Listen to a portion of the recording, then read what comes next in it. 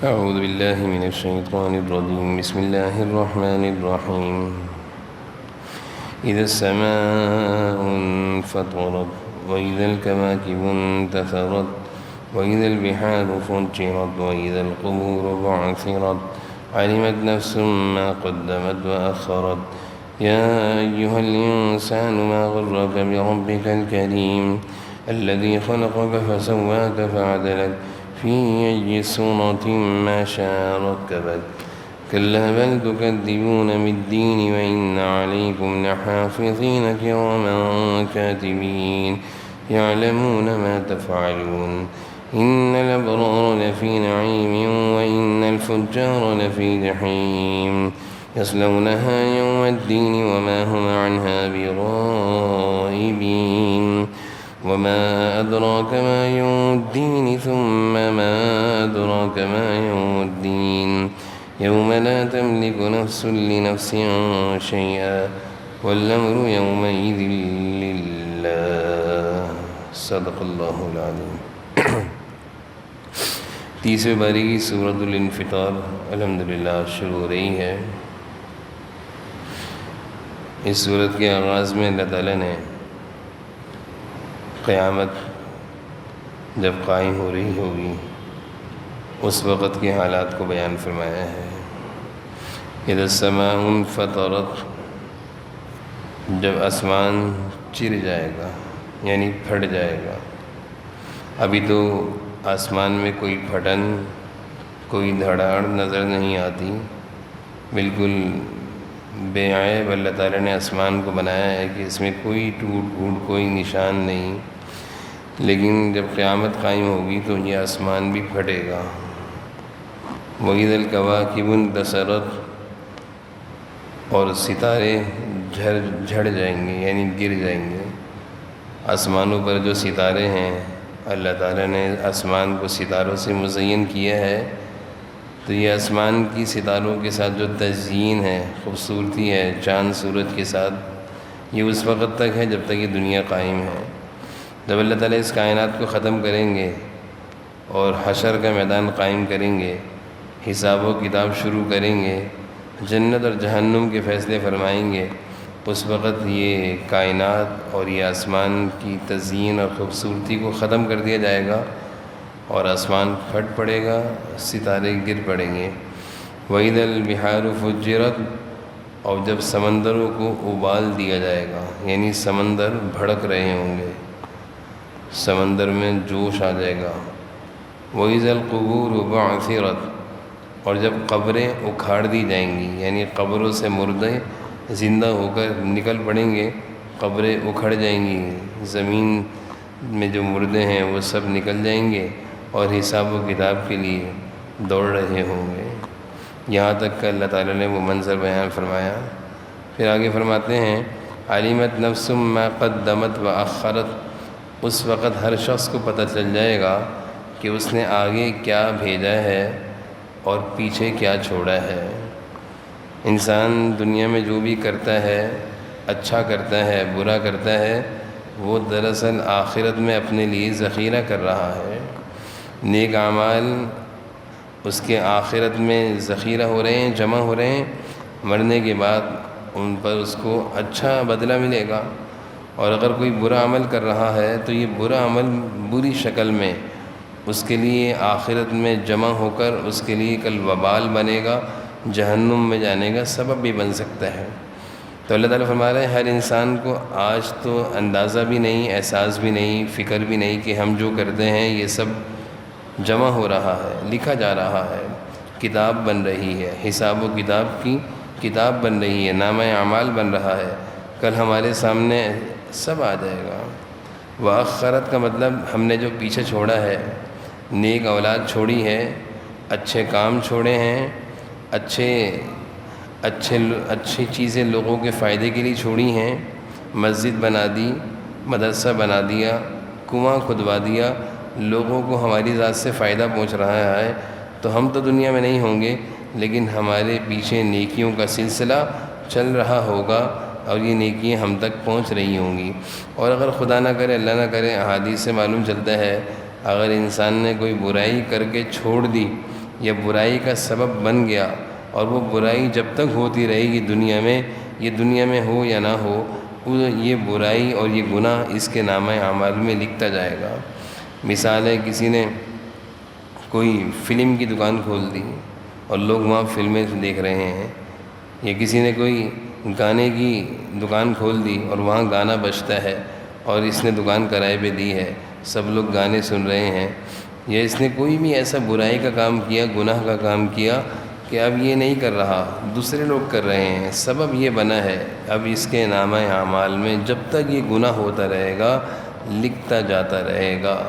اس لیے انسان کو اپنی زندگی میں اگر کوئی برا کام ہو جائے اس کو مٹا دینا چاہیے، اس کو ختم کر دینا چاہیے، اور اللہ تعالیٰ سے توبہ کر لینی چاہیے۔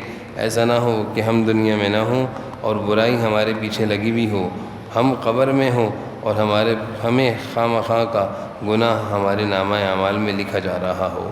تو زندگی میں ایسے بہت سارے کام ہوتے ہیں، اولاد کو اگر اچھے راستے پر چھوڑ دیا تو یہ اولاد نیک کام کرے گی تو ہم قبر میں ہوں گے، ہمیں نیکی ملتی رہے گی، اولاد کی نیکی کا فائدہ ہمیں ہوتا رہے گا۔ اور اگر ہم نے اولاد کی دینی تربیت کی فکر نہ کری، نماز اور دین پر نہیں لگایا، دنیا داری میں لگا کر اس کو چھوڑ کے مرے، تو یہ اولاد جتنے گناہ کرے گی سارے گناہوں کا سبب وبال جس طرح کرنے والے پر ہوگا اسی طرح والدین پر بھی ہوگا۔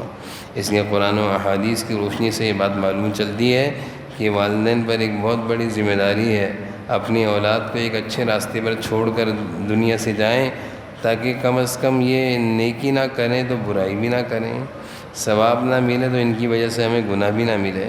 لیکن سمجھدار والدین وہ اپنی اولاد کو اچھے راستوں پر ڈھال کے جاتے ہیں، اچھے اور نیک لوگوں کی صحبتوں میں بٹھا کر جاتے ہیں، جن کی صحبتوں اور مجلسوں سے اولاد اچھا سیکھتی ہے تو والدین کے لیے ذخیرہ آخرت کرتی ہے۔ یا ایھا علمت نفس ما قدمت واخرت، اس وقت ہر شخص کو پتہ چل جائے گا کہ اس نے کیا آگے بھیجا ہے اور کیا پیچھے چھوڑا ہے۔ میں نے یہ اسی کی تشریح بیان کی ہے۔ آگے اللہ تعالیٰ فرما رہے ہیں، یا ایھا الانسان، اے انسان، تجھے کس چیز نے اس پروردگار کے معاملے میں دھوکے میں ڈال دیا ہے جو بڑا کرم والا ہے۔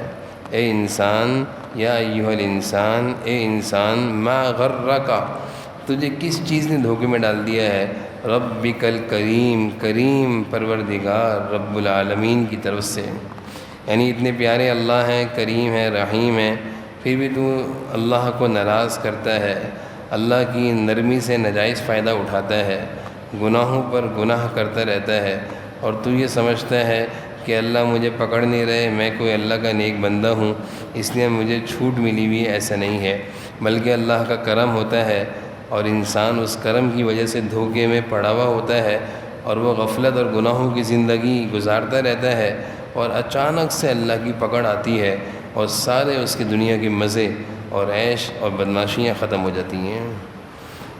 دنیا میں انسان زندگی گزار رہا ہوتا ہے، زیادتیاں کر رہا ہوتا ہے، ظلم کر رہا ہوتا ہے، لوگوں کا حق دبا رہا ہوتا ہے، ہر جگہ اپنی چوتراہٹ اور بادشاہت دکھا رہا ہوتا ہے، اور ناانصافیوں اور زیادتیوں پر زیادتیاں کر رہا ہوتا ہے۔ کسی کا حق مار لیا، کسی کی زمین دبا دی، کسی کو نوکری سے نکال دیا، کسی کے پیچھے لگ گیا، کسی کو بے عزت کر دیا، کسی کے بارے میں لوگوں میں پروپیگنڈا شروع کر دیے، اور سمجھ رہا ہوتا ہے کہ میرے ساتھ کچھ نہیں ہوگا۔ اللہ کی ڈیل ہوتی ہے اس کے ساتھ، اور وہ برابر اللہ کی ڈیل کا ناجائز فائدہ اٹھاتے ہوئے غلط اور برائیاں اور مخلوق خدا کو نقصانات اور تکلیف دے رہا ہوتا ہے۔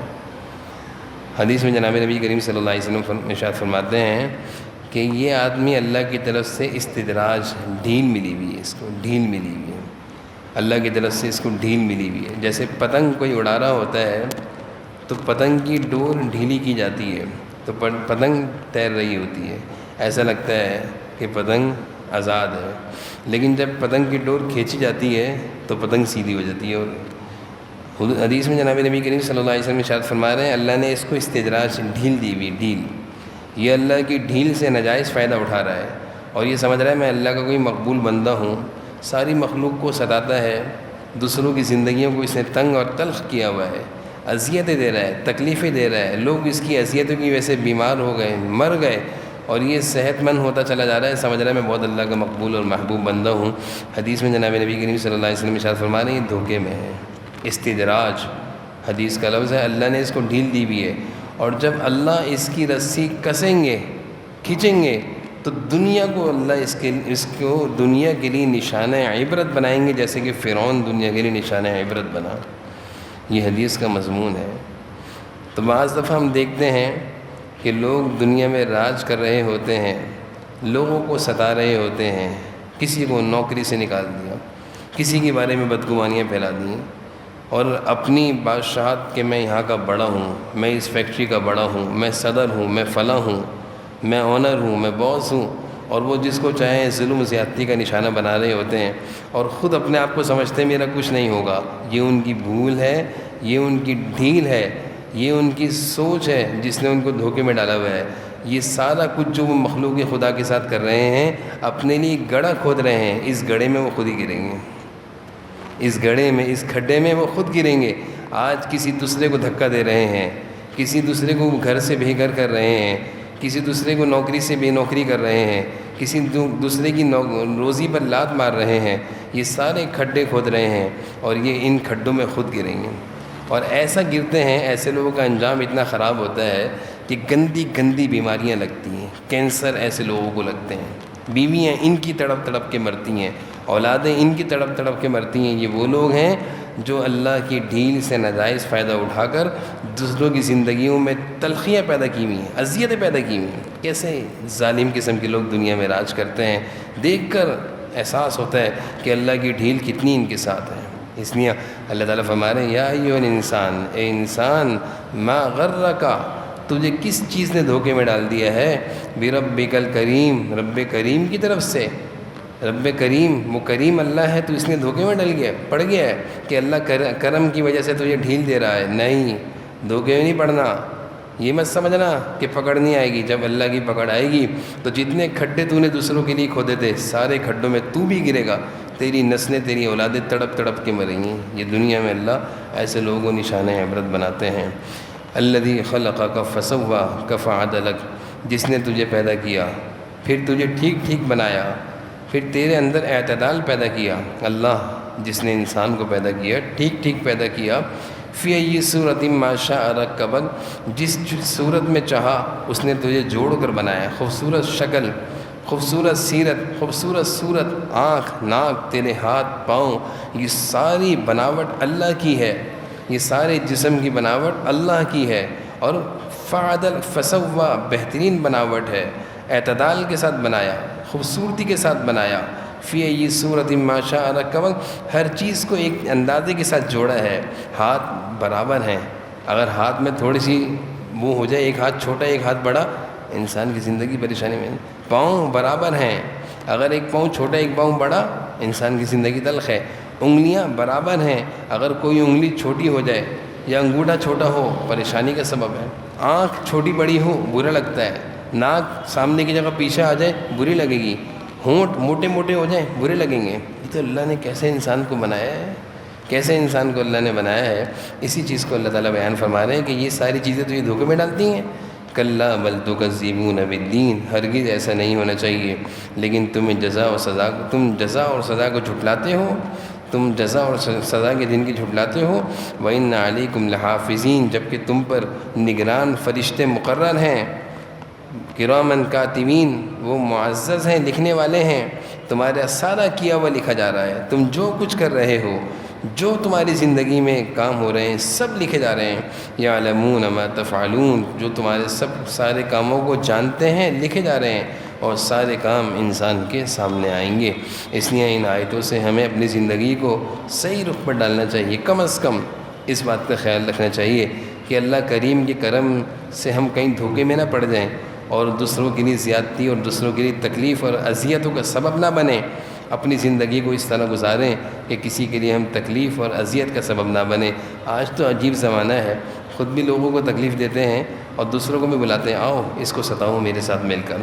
خود بھی دوسروں کی زندگیوں کو تلخ کرتے ہیں اور دوسروں کو بھی دعوت دیتے ہیں، آؤ اس کی زندگی میرے ساتھ مل کر تلخ کرو۔ اللہ تعالیٰ ہم سب کو سمجھنے کی، عمل کی توفیق نصیب۔